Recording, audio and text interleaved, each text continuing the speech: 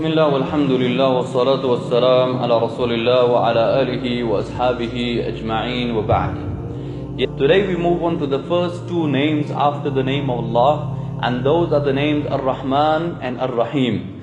Now these two names, if you translate them, they come up to a very similar translation to one another. The first is the most merciful and the second is again the most merciful.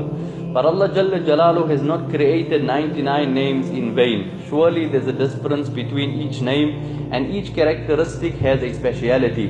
Let me remind you again that these are just not merely names of Allah, but rather what they actually are the qualities, the characteristics of Allah Jalla Jalaluhu, and the greatest form of knowledge is the recognition and the understanding of who Allah Jalla Jalaluhu is. So Abdullah bin Mubarak rahimahumullah has mentioned that the difference between Ar-Rahman and Ar-Rahim, even though they both mean the most merciful, Ar-Rahman is the one who, when somebody asks from Ar-Rahman, Ar-Rahman willingly gives to that person who asks. And Ar-Rahim is a more intense form of Ar-Rahman, where basically if somebody does not ask from Allah, then that causes Allah to become angry and upset when somebody does not ask from Allah Jalla Jalaluhu. So basically the two mean the same, but Ar-Rahim is a more intense version of Ar-Rahman. إِنَّهُ مَنْ لَمْ يَسْأَلِ اللَّهَ يَغْضَبَ عَلَيْهِ. Rasulullah sallallahu alayhi wa sallam in Tirmidhi is reported to have said, that person who does not ask from Allah, Allah Jalla Jalaluhu becomes upset with that person who does not ask from Allah. Now can you begin to fathom how generous you have to be, how willing you have to be, how merciful you have to be? For when somebody does not ask from you, the result of them not asking from you makes you upset. Allah says in Quran, قُلْ مَا يَأْبَأُ بِكُمْ رَبِّي لَوْلَا دُعَاؤُكُمْ. Allah Jalla Jalaluhu will not assist you whatsoever. Allah Jalla Jalaluhu will not assist you whatsoever if you do not ask from Allah Jalla Jalaluhu. So the word Ar-Rahman features in the Quran 57 times, and the word Ar-Rahim features in the Quran 114 times. Ar-Rahman is extensive and Ar-Rahim is intensive. Let me explain that. Ar-Rahman encompasses Allah's mercy in the form of Him being Rahman. It encompasses the sinners, it encompasses the disbelievers, it encompasses the animals, it encompasses all living beings. The fact that disbelievers in this world have food to eat, they have amenities and have luxuries and they have recreation and they have business, means they are encompassed by Ar-Rahman. But Ar-Rahim is a more intensive form of mercy, and it is not as extensive, it's a more intensive form of mercy. This form of mercy of Allah Jalla Jalaluhu is exclusive for His pious servants. So Allah Jalla Jalaluhu reserves that mercy for the day of Qiyamah, when that mercy would be restricted for those pious friends of Allah who worked hard in the dunya. Then Allah will manifest His quality of Rahim, His intensive mercy for those individuals who worked hard through their life in this dunya. Sayyidina Rasulullah sallallahu alayhi wa sallam had taught us that Allah Jalla Jalaluhu has divided His mercy into 100 portions. Allah has divided it into 100 portions. 100 of these portions, 99 of which are reserved for the akhirah. And just one portion of Allah's mercy is sent down to this dunya.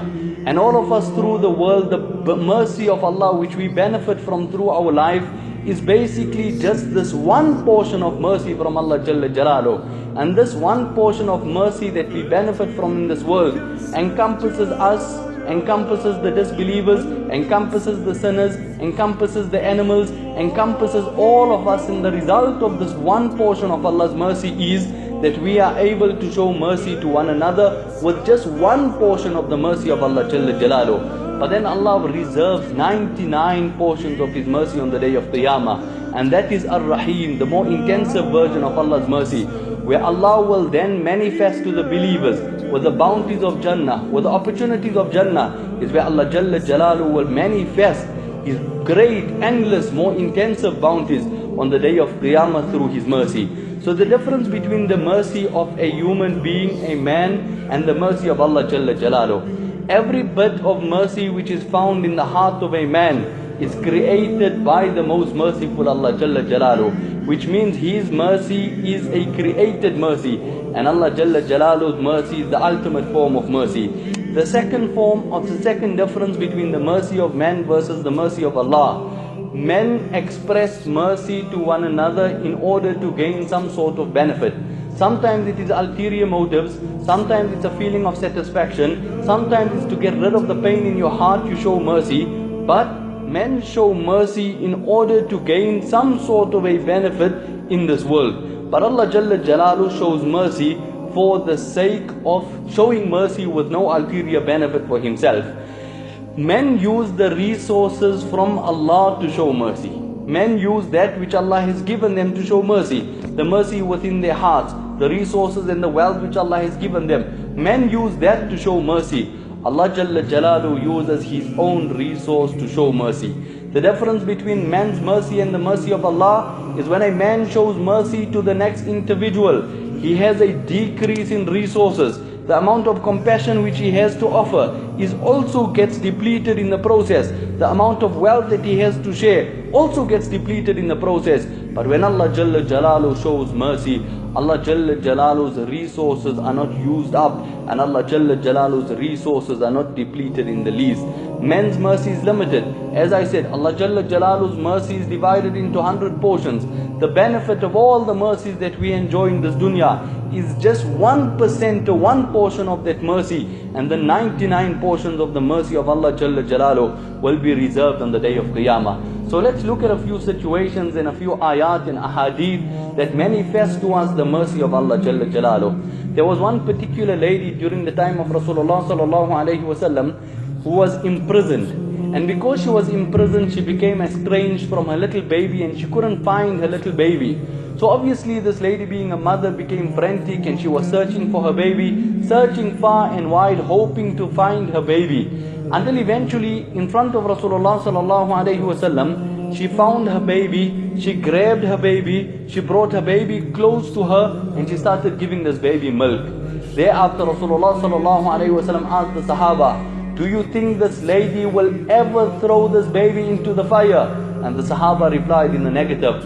Rasulullah Sallallahu Alaihi Wasallam then went on to say, Allahu arhamu bi'ibadihi min hadihi biwaladiha. Allah Jalla Jalalu is more merciful to His servants than how merciful this lady is to her child.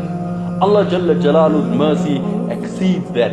In fact, Allah Jalla Jalalu speaks about Himself in the Quran. وَكَانَ بِالْمُؤْمِنِينَ رَحِيمًا. I am Rahim. I am intensely merciful to the believers. وَإِلَهُكُمْ إِلَهُ وَاحِدٌ. Certainly your Lord and my Lord is one Lord. لَا إِلَهَ إِلَّا هُوَ الرَّحْمَنُ الرَّحِيمُ. There is no being besides Him. Ar-Rahman Ar-Rahim. The most merciful, and again the most merciful and the most compassionate. كَتَبَ عَلَى نَفْسِهِ الرَّحْمَةِ.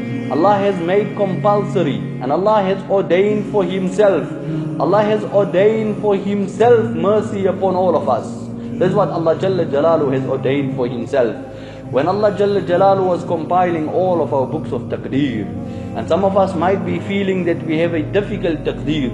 You see, when Allah Jalla Jalalu compiled each and every one of our taqdeers, and these were compiled, and eventually on the completion of writing each and every person's taqdeer, Allah Jalla Jalalu had it inscribed in each of our taqdeers, Inna rahmati taghlibu ghadabi. Certainly my mercy supersedes my anger. Allahu Akbar. When Allah Jalla Jalalu was writing your taqdeer, Allah wrote in your book of taqdeer, which is kept by the Arsh Ilahi, Allah has written and inscribed in each of our taqdeer, Inna rahmati taghlibu ghadabi. Certainly my mercy supersedes my anger. La ilaha illallah. So my respected lovers of Allah, at any point that any person loses hope in the mercy of Allah, it is actually like he hasn't understood who Allah is. Because after Allah describes Himself saying, Kataba ala nafsi rahmah, I have ordained mercy upon myself, it is only behoving of the servant to look at Allah Jalla Jalalu as a merciful being. Allah says about the sinners, don't lose hope in my mercy. On the day of Qiyamah, there will be two individuals who will come before Allah, and these two individuals will be destined for Jahannam. There will be no way out. It would be that these two individuals have earned Jahannam, and Allah Jalla Jalalu orders them to go towards Jahannam. The first one starts running towards Jahannam. So Allah Jalla Jalalu asks the Malaika to stop him. Ask him, why are you running towards Jahannam, even though Allah is aware of his reason? But Allah Jalla Jalalu asks, why are you running towards Jahannam? This person will reply, oh my Lord, oh my Rabb, throughout my life I have disobeyed your every command. Here you're telling me to go to Jahannam, which is a command from you, and I know I wasn't aware of following your commands, and I neglected your commands. So now that you are issuing a command to me, I see this as an opportunity to obey your command. And this is what he says to Allah Jalla Jalalu. When Allah Jalla Jalalu hears this response, Allah Jalla Jalalu's mercy is activated, and Allah enters this person into Jannah. The next person from those two who Allah issued the command that they must go to Jahannam, the next person stayed put in front of Allah. And Allah would ask him that I ordered you to go to Jahannam, why are you still standing in front of me? And this person will reply to Allah Jalla Jalalu that, oh Allah, I stand here. Even though you commanded me to go to Jahannam, I stand here thinking that you will show mercy to me, and my hope and my expectancy from you is that you will show mercy to me. And that person remains standing in front of Allah, and as a result Allah Jalla Jalalu's mercy is activated, and Allah Jalla Jalalu enters this person into Jannah. Let's look at an amazing story from the history of Islam. There is a lady in our history known as Imra'atul Ghamidiyah radiyallahu anha, the lady from the Ghamidi tribe. Why is her actual name anonymous in the narrations of hadith? Because they didn't want to spoil her reputation because of a mistake she committed. Imra'atul Ghamidiyah radiyallahu anha got involved in an affair, and eventually it escalated and she was impregnated. When she was impregnated, she realized the gravity of her sin. She realized that she made a mistake, and she came to Rasulullah sallallahu alaihi wasallam confessing her mistake and asking Rasulullah sallallahu alaihi wasallam to mete out to her what the law dictates, and that is that she should be pelted to death. Rasulullah sallallahu alaihi wasallam turned his face away, and she said, Tahirni ya Rasulullah, O Nabi of Allah, purify me from the sin. But Rasulullah sallallahu alaihi wasallam turned away again. She said again, Tahirni ya Rasulullah, purify me from the sin, deal with me, O Nabi of Allah. Rasulullah sallallahu alaihi wasallam turned away the third time. But this lady was yearning for the forgiveness and the mercy of Allah. So she persisted and she persisted, until eventually Rasulullah sallallahu alaihi wasallam explored the possibility that perhaps it was a misjudgment, you aren't actually guilty of the sin. But she persisted and she confessed her sin. Thereafter Rasulullah sallallahu alaihi wasallam advised the lady saying, return to your home, give birth to the baby within your womb. When the baby is born, then come back to us and then we'll talk. 9 months later, the lady gave birth and she returned to Rasulullah sallallahu alaihi wasallam with the same cry, Ya Rasulullah, tahirni, O Nabi of Allah, purify me from the consequences of the sin. O Nabi of Allah, purify me from the sin. And this is what she said to Rasulullah sallallahu alaihi wasallam. Rasulullah sallallahu alaihi wasallam looked at the situation and noticed that the baby was in the lady's hand. So he said to the lady that this baby has a right over you, so return home, suckle this baby, wean the baby off after 2 years and then return to us. Rasulullah sallallahu alaihi wasallam did not send her with a parole officer.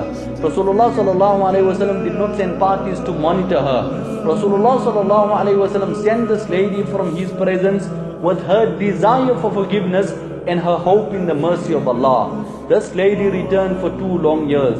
During this 2-year period, she could have digressed. She could have went AWOL. She could have even looked at the opportunity of not returning to Rasulullah sallallahu alaihi wasallam. But 2 long years later, Imra'atul Ghamidiyah radiyallahu anha returns to Rasulullah sallallahu alaihi wasallam, and with her is the baby, and in the baby's hand is a piece of bread, to illustrate to Rasulullah sallallahu alaihi wasallam that the baby is now eating solids and has been weaned off. And now with a very heavy heart, Rasulullah sallallahu alaihi wasallam was a mercy unto mankind. That mercy which Allah had filled in the heart of Rasulullah sallallahu alaihi wasallam was a very heavy heart in difficult moments. Rasulullah sallallahu alaihi wasallam goes to the outskirts of Medina, and Rasulullah sallallahu alaihi wasallam and the Sahaba go to a place where there she is now pelted, for her to be pelted to death for the sin that she committed. And as they are pelting her, some of her blood splatters in the chaos of the moment. Some of the blood splatters onto the clothes of Sayyidina Khalid bin Walid radiallahu anhu. When that happens, Khalid bin Walid radiallahu anhu says words which were not befitting. He says words which were slightly condescending against this lady. Rasulullah sallallahu alayhi wasallam became so infuriated by these words that the color of the face of Rasulullah sallallahu alayhi wasallam changed. And Rasulullah sallallahu alayhi wasallam said to Khalid bin Walid radiyallahu anhu, "Innaha tabat tawbatan law qusimat ala ahli al-madinati lawasi'athum." Certainly, this lady has done such a potent and accepted tawbah that if her tawbah is taken and divided across all of the people of Medina, her tawbah will suffice for the need and the forgiveness of all the people of Medina. My point being, let's not beat around the bush. She was a Sahabiya, we have the greatest of respect for her. But my point is, she committed a major sin. But Allah Jalla Jalalu's mercy, Allah Jalla Jalalu's forgiveness was broad enough, embracing enough to encompass her as well. So let's use these qualities of Allah, Ar-Rahman, Ar-Rahim to reinvigorate our conviction in the mercy of Allah Jalla Jalaluh. Abu Umama radiallahu anhu tells us that Rasulullah sallallahu alayhi wasallam said that that person who makes dua saying, Ya Arhamur Rahimin, Ya Arhamar Rahimin, Ya Arhamar Rahimin, 3 times. After raising his hands, he says, Ya Arhamar Rahimin. Allah appoints an angel to say to this person, and obviously we aren't able to hear the unseen, but Allah says to an angel to tell this person that your Lord has heard you. When you called upon Allah as Ya Arhamar Rahimin, your Lord has heard you and He has fixated His attention on you. Now is your chance to ask from Allah Jalla Jalaluh. So if the goings are tough, remind ourselves that Allah is most merciful. Secondly, Allah has extensive mercy which encompasses everybody. But if we work towards piety, we will then benefit from the intensive mercy of Allah Jalla Jalaluh. And remind ourselves that when we raise our hands and we say, Ya Arhamar Rahimin, Allah sends an angel to respond that your Lord has heard you and He has now fixated His attention on you and is willing to accept your du'as. May Allah give us the understanding.